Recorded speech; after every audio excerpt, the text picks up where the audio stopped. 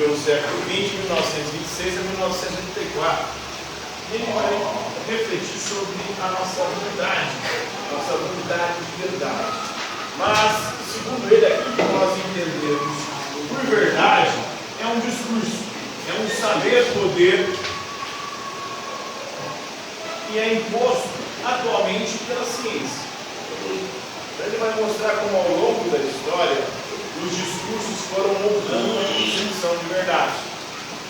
E em cada período histórico, uma instituição teve o poder ou a responsabilidade de estabelecer a verdade. No Ocidente, por exemplo, na Idade Média, quem tinha o poder do discurso, do saber, que estipulava o que era verdade, era a igreja, era a religião. A partir da modernidade, esse discurso passa para a ciência. A ciência hoje que vem com esse discurso, que é a verdade, uma verdade que, de alguma maneira, se transforma num biopoder, um poder que passa a ter um controle sobre as nossas vidas, a nos dizer o que é certo e errado, como a gente deve ou não se comportar. Hoje a ciência tenta nos dizer isso. Antigamente quem dizia como nós deveríamos ou não nos comportar era a religião, era a igreja. Então ele vai mostrando como historicamente essas formas de discurso vão mudando, né? E ele vai mostrando também como o homem ocidental se tornou um animal que confessa. A confissão, que antes era algo no âmbito religioso e íntimo, agora vai se tornando cada vez mais pública. Então, no âmbito da Igreja Católica havia a confissão, o indivíduo ia até o padre, no confessionário, completamente ali, individualizado. E ali ele confessava os seus pecados. A confissão faz parte da tradição cristã religiosa. E essa confissão dá uma maneira de você ter um domínio sobre o fiel, sobre o indivíduo. Apesar que os confessionários antigamente, praticamente não dava para identificar quem estava no padre, nem o padre, nem o indivíduo que estava confessando. Mas hoje, essa confissão é exigida como parte de um saber poder científico. Porque hoje você não vai no padre se confessar, mas tem que ir no psicólogo, no psiquiatra. E lá você tem que contar coisas sobre a sua vida, coisas que você fez, coisas que supostamente podem estar travando, podem ser traumas, que estão prejudicando a sua saúde psíquica e emocional. Então o homem ocidental se tornou um animal confesso. E agora, essas condições, às vezes acontecem até em âmbito público, nas redes sociais. Santo Agostinho escreveu uma obra chamada Confissões lá no mundo antigo, a transição da Idade Antiga para a Idade Média, onde ele confessava ali que tinha vivido uma vida completamente promíscua. Ele roubava quando era criança e jovem, depois ele vivia em puteiro. Inclusive Santo Agostinho teve um filho de uma prostituta chamada Deodato, Deodato significa dado por Deus. Depois Santo Agostinho se converte, a maioria ficou a vida inteira orando pela conversão dele, ele se converteu ao cristianismo, e aí arrependido ele escreve a obra das Confissões, onde ele faz algumas reflexões filosóficas e também conta a sua história de vida, até a sua conversão, a sua mudança, a sua entrega para Jesus Cristo. Depois, o primeiro moderno a fazer uma confissão mais laica, agora separada da religião, porque até então a instituição que ditava que era verdade e o poder era a igreja, o primeiro vai ser o Jean-Jacques Rousseau. Em 1732, o nosso político Jean-Jacques Rousseau, ele publicou a sua obra Confissões.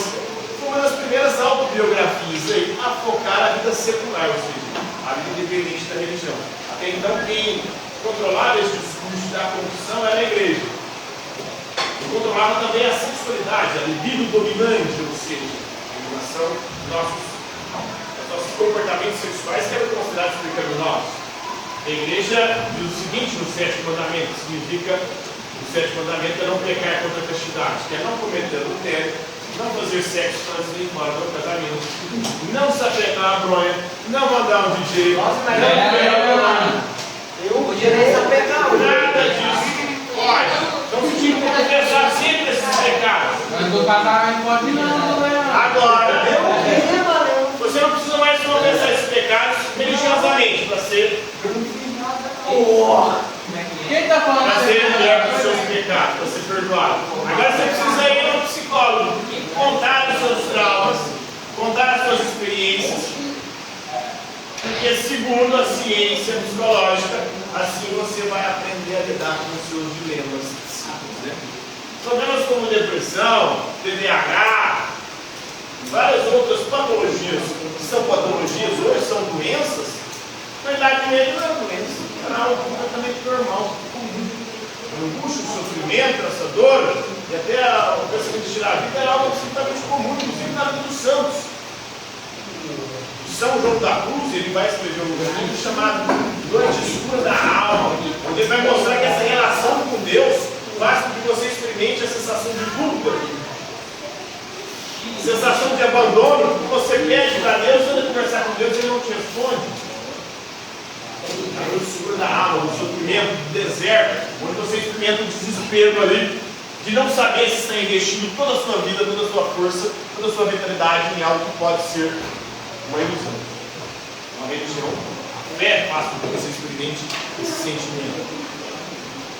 Então, e na experiência religiosa, sentimentos interiores? Em 1896, no século XIX, o neurologista Sigmund Freud apresentou o termo psicanálise.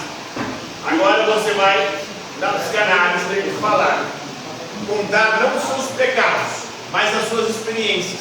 E para Freud, a maior parte dos traumas e neuroses e problemas psíquicos vem de traumas sexuais, de experiências sexuais ou de traumas mal resolvidos em relação à sexualidade.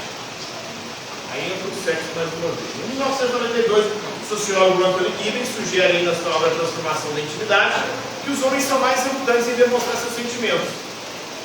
Os homens são educados a não falar dos seus sentimentos, e por conta disso, os homens sofrem muito mais nesse aspecto. Porque, por não revelar, os homens são aqueles que mais cometem suicídio.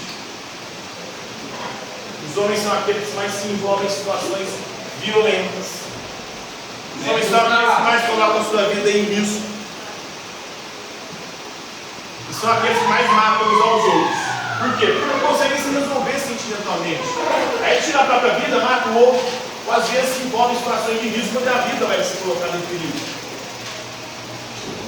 As mulheres já têm mais liberdade, por isso que elas conseguem lidar um pouco melhor com as emoções. Um pouco melhor, porque hoje em dia ninguém está conseguindo lidar com as emoções. Soco, faca, arma, né? Os homens são mais relutantes em demonstrar seus sentimentos publicamente e dependem das mulheres para o trabalho emocional nos relacionamentos. Então o homem só vai conseguir falar ou lidar um pouco melhor com seus sentimentos quando ele está no relacionamento com a mulher. Aí a mulher ali vai, de alguma forma, tirando do homem a fala sobre esses sentimentos. Só para terminar, em 2003, o livro de Frank Furetti, Cultura Terapêutica, cultivando a vulnerabilidade na época de incerteza, veio a vontade de falar e se revelar como potencialmente danosa.